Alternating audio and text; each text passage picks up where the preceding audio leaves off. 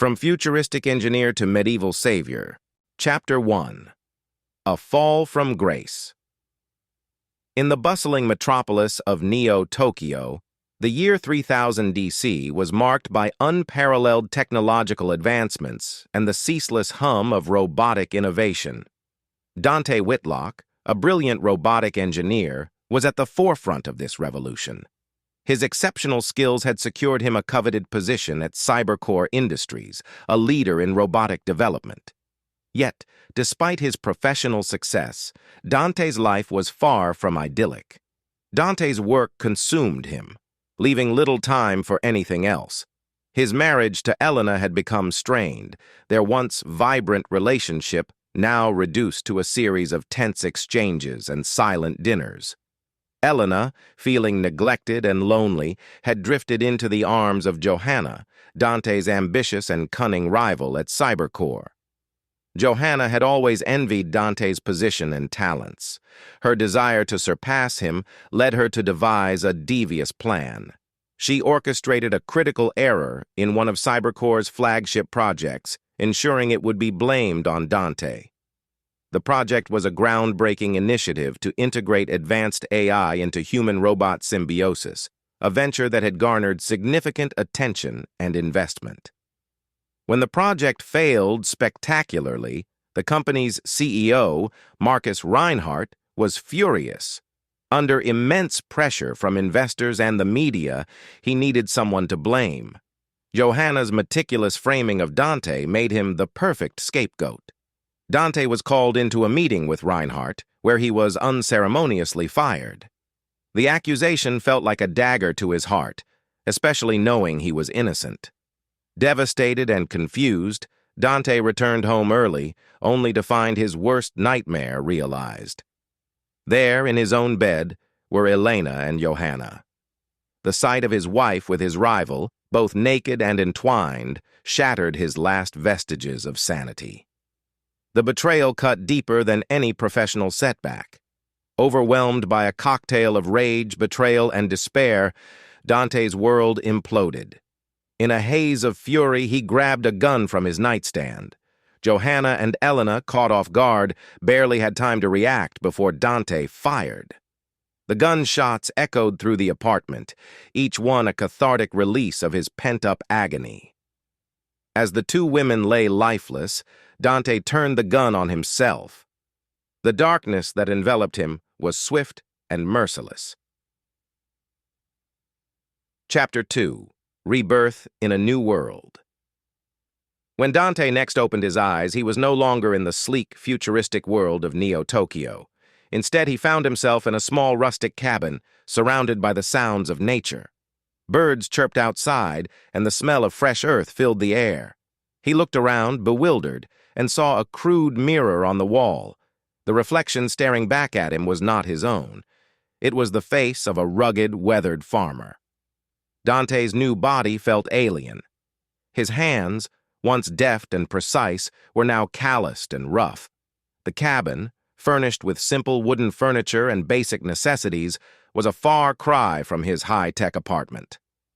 As he explored his surroundings, it became clear that he was in a medieval world, a place where technology was rudimentary and life was harsh. In this new life, Dante had no memory of his past as a robotic engineer. He was now known as Daeron, a humble farmer in the kingdom of Arithia. Despite the lack of memory, Dante was haunted by strange dreams. Every night, he saw visions of advanced technology, futuristic cities, and complex equations. These dreams left him feeling unsettled, as if a part of him was missing. Life in Arithia was difficult. The kingdom was ruled by King Alaric, a tyrant who cared little for his subjects. The nobles, who lived in opulent castles, exploited the peasants, taxing them heavily and leaving them to starve. Disease and hunger were rampant, and the people lived in constant fear of the king's soldiers. Daeron despised the nobles and the injustice they perpetuated. He hated the backbreaking work of farming, but more than that, he hated the system that kept him and his fellow peasants in perpetual poverty. Despite his frustration, Daeron felt a strange sense of déjà vu, as if he was meant for something greater. Chapter 3. The Awakening One. Stormy afternoon, as Daeron toiled in the fields, dark clouds gathered overhead. The wind howled and the sky crackled with electricity. The peasants around him hurried to seek shelter, but Daeron, lost in thought, remained. The memories of his dreams gnawed at him, making him feel like a stranger in his own life. Suddenly, a bolt of lightning struck Daeron. The searing pain coursed through his body, but instead of killing him, it triggered something within. He collapsed, unconscious, and the villagers rushed to his side, dragging him to the safety of his cabin.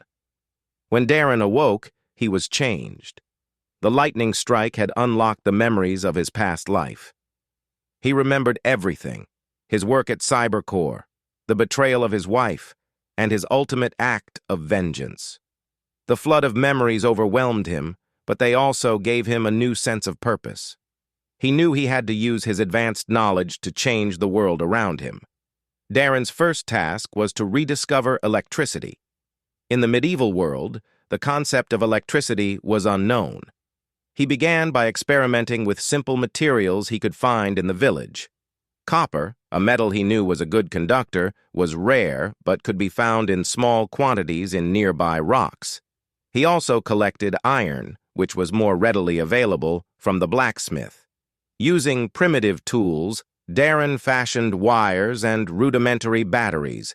He remembered the principles of electrochemical cells from his past life and created a voltaic pile using copper and zinc plates separated by pieces of cloth soaked in salt water. This rudimentary battery was his first success, and he demonstrated it to the astonished villagers by lighting a small bulb he had improvised using a thin wire and glass.